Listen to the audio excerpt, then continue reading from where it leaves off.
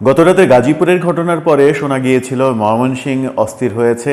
আজকে শোনা গেল টাঙ্গাইল অস্থির হয়েছে। টাঙ্গাইলে অন্তত সদর হাসপাতালে অন্তত ১৩ জন আহত হয়ে গিয়েছেন। কি কারণে কোন ঘটনায় সেটা হলো সেটা এখন পর্যন্ত নিশ্চিত নয়। তবে একটা কথা স্পষ্ট করে বলাই যায় যে সারা দেশেই আইন শৃঙ্খলা পরিস্থিতির দারুণ অবনতি হয়েছে। দারুণ শব্দটা এই কারণেই উল্লেখ করলাম যে যখন একের পর এক মব চলছিল তখন সরকার নিষ্ক্রিয় থাকলো। সরকারের সেই নিষ্ক্রিয়তার কারণেই আইন শৃঙ্খলার পরিস্থিতি যে অবস্থা দাঁড়ালো সেটাকে দারুণ না বলে উপায় থাকে না। আসলে সরকারের নিষ্ক্রিয়তা যে দেশের মধ্যে কত ভয়াবহ অবস্থা তৈরি করতে পারে সেটা আমরা স্বচক্ষে দেখছি।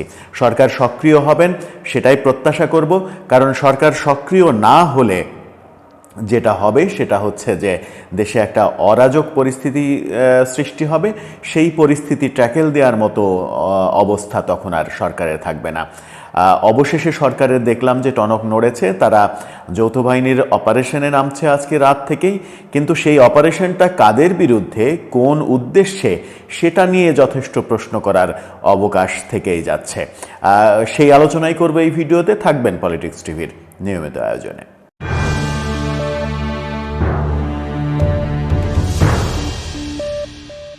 দর্শক, বলছিলাম সরকারের এবার টনক নড়েছে। স্বরাষ্ট্র মন্ত্রণালয় থেকে একটা প্রজ্ঞাপন জারি করা হয়েছে। আজকে রাত থেকেই যৌথ বাহিনীর অপারেশন শুরু হচ্ছে। স্বরাষ্ট্র উপদেষ্টা বলেছেন, ছাত্র জনতার উপর হামলার ঘটনায় যারা জড়িত তাদের বিচারের আওতায় আনা হবে, যাতে সর্বোচ্চ শাস্তি হয় সেই ব্যবস্থা করা হবে।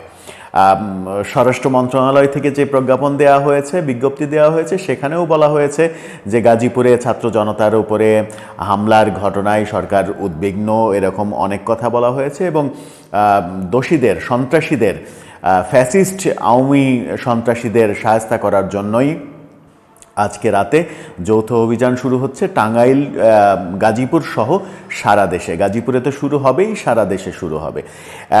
গত রাতে আমরা যে ঘটনাটা নিয়ে ভোরবেলায় একটা ভিডিও করেছিলাম, সামাজিক যোগাযোগ মাধ্যমে যে খবরগুলো আসছিল, যে ভিডিওগুলো আসছিল, তাতে মনে হচ্ছিল যে ছাত্র সমন্বয়করা গাজীপুরের সাবেক মন্ত্রী আকম মোজাম্মেলের বাসায়, ধীরাশ্রমের বাসায় আক্রমণ চালিয়েছে, সেটা ভাঙচুর করেছে এবং তারপরে স্থানীয় লোকজন, আওয়ামী লীগের লোকজন, আত্মীয় স্বজন তাদেরকে ধরে গণধোলাই দিয়েছে এবং তাতে আহত হয়েছে অন্তত ২০ জনের মতো।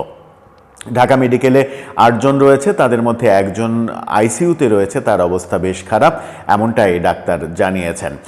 সেই ঘটনা একেবারে শেষ রাতে এসে দৃশ্যপটটা পাল্টাতে শুরু করলো। অর্থাৎ ছাত্র সমন্বয়করা একযোগে দেখলাম গণমাধ্যমে বলছে যে আকম মোজাম্মেলের বাড়িতে ডাকাত ঢুকেছিল। সেই ডাকাত ঢোকার খবরে তারা ছাত্র জনতা ডাকাত ধরতে যায় সেখানে, এবং ডাকাত ধরতে যাওয়ার পরে স্থানীয় আওয়ামী ফ্যাসিস্ট আওয়ামী লীগের দোসররা তাদেরকে ট্র্যাপে ফেলে বাড়ির মধ্যে আটকে তাদেরকে বেধড়ক পেটায়। অর্থাৎ তারা আকম মোজাম্মেলের বাড়িতে আক্রমণ করেছিল, ভাঙচুর করেছে, এই ব্যাপারটা আর থাকেনি। আকম মোজাম্মেলের বাড়িতে ডাকাত পড়েছিল, এই ঘটনাটা নানাভাবে প্রচার করা শুরু হয়। তো আকম মোজাম্মেলের বাড়িতে যদি ডাকাত পড়ে থাকে তাহলে সেই ডাকাত উদ্ধারে আইনশৃঙ্খলা রক্ষাকারী বাহিনীর কি তৎপরতা, সেটাও একটা বড় বিষয়। পুলিশের মুখ থেকে শুনছি যে ফ্যাসিস্ট আওয়ামী লীগের দোসরদের শায়েস্তা করা হবে। গাজীপুরে জাহাঙ্গীর আলমের যে অডিও রেকর্ড ফাঁস হয়েছে তার পরিপ্রেক্ষিতে এই ঘটনা পরিকল্পিতভাবে ঘটানো হয়েছে, তাকে শায়েস্তা করা হবে, আওয়ামী লীগের লোকজনকে শায়েস্তা করা হবে।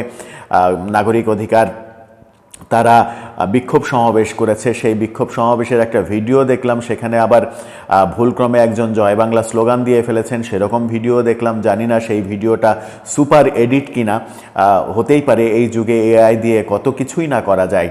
তবে সব কিছু মিলিয়েই একটা সার্কাস অবস্থা। গাজীপুরে আকম মোজাম্মেলের বাড়ির ঘটনার প্রকৃত তদন্ত করা উচিত আইনশৃঙ্খলা রক্ষাকারী বাহিনীর এবং সরকারের, যাতে প্রকৃত অপরাধীরা ছাড় না পায়।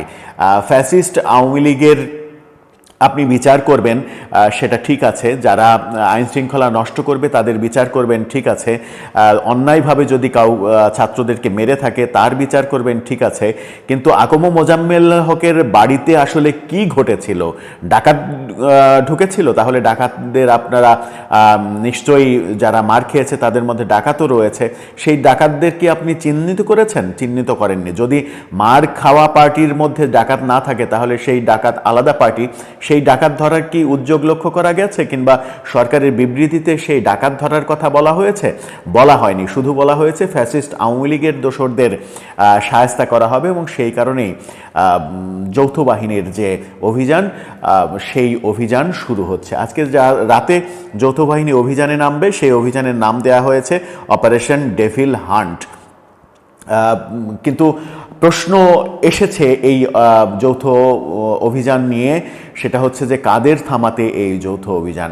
গত কয়েকদিন থেকে সারা দেশে যে মব চলছে, সেই মবেও সরকার নিষ্ক্রিয় ছিল, আইনশৃঙ্খলা বাহিনী নিষ্ক্রিয় ছিল। সেই মবে নিষ্ক্রিয় থাকার কারণেই আইনশৃঙ্খলা পরিস্থিতি আরও অবনতি হচ্ছে। আওয়ামী লীগ যখন একের পর এক আক্রান্ত হচ্ছে, তখন আওয়ামী লীগ প্রতিরোধের ঘোষণা দিচ্ছে। এর আগেও আমরা আলোচনা করেছি যে মব যদি থামানো না হয়, যদি আওয়ামী লীগ আবার পাল্টা আক্রমণে চলে যায়, তাহলে আইনশৃঙ্খলা পরিস্থিতি এতটাই নিচে নেমে যাবে, সেটা কন্ট্রোল করা সরকারের পক্ষে কঠিন হয়ে যাবে। এখন এই যৌথ অভিযানে যারা মব তৈরি করেছে, যারা অহেতুক বিভিন্ন জায়গায় হামলা করেছে, আইনশৃঙ্খলার অবনতি ঘটিয়েছে, তাদের যদি বিচারের আওতায় আনার জন্য গ্রেপ্তার করা হয় তাহলে ব্যাপারটা ভালো। কিন্তু এক পেশে শুধুমাত্র এই অভিযানে যদি যারা আওয়ামী লীগ করেন তাদেরকে শায়েস্তা করা হয়, তাদেরকে ধরা হয়, তাহলে এই অভিযানের যে উদ্দেশ্য, সেই উদ্দেশ্য ব্যাহত হবে। যদিও উদ্দেশ্য কি সেটা আমরা এখনও পরিষ্কার নই। তবে সরকার অভিযান শুরু করছে, যৌথ অভিযান।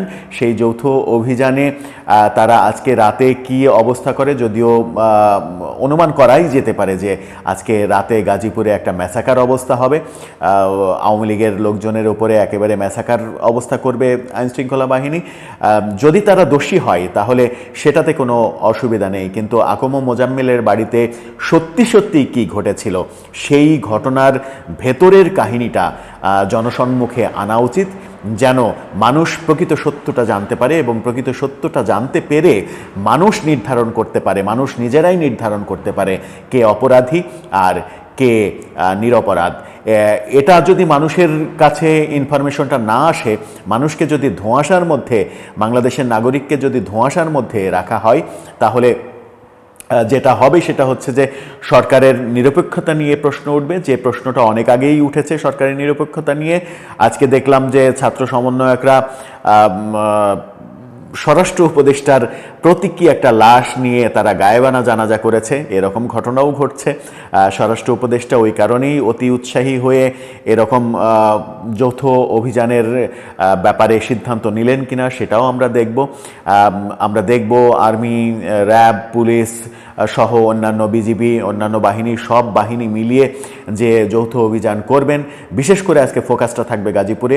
কি ঘটছে কি ঘটছে না, বাংলাদেশে গণমাধ্যম এখনও কোনো অনুসন্ধানী প্রতিবেদন করেনি।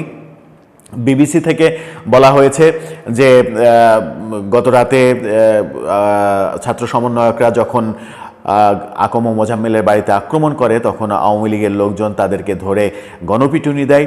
কিন্তু সত্যি সত্যিই ছাত্র সমন্বয়করা আক্রমণ করেছিল কিনা, নাকি তারা সত্যিই ডাকাত ধরতে গিয়েছিল, ডাকাত ধরতে গিয়ে ট্র্যাপে পড়ে গিয়েছে, সেই ঘটনার সুষ্ঠু তদন্ত হওয়া উচিত, এবং আমার মনে হয় যে সেখানেই ফোকাস করা উচিত।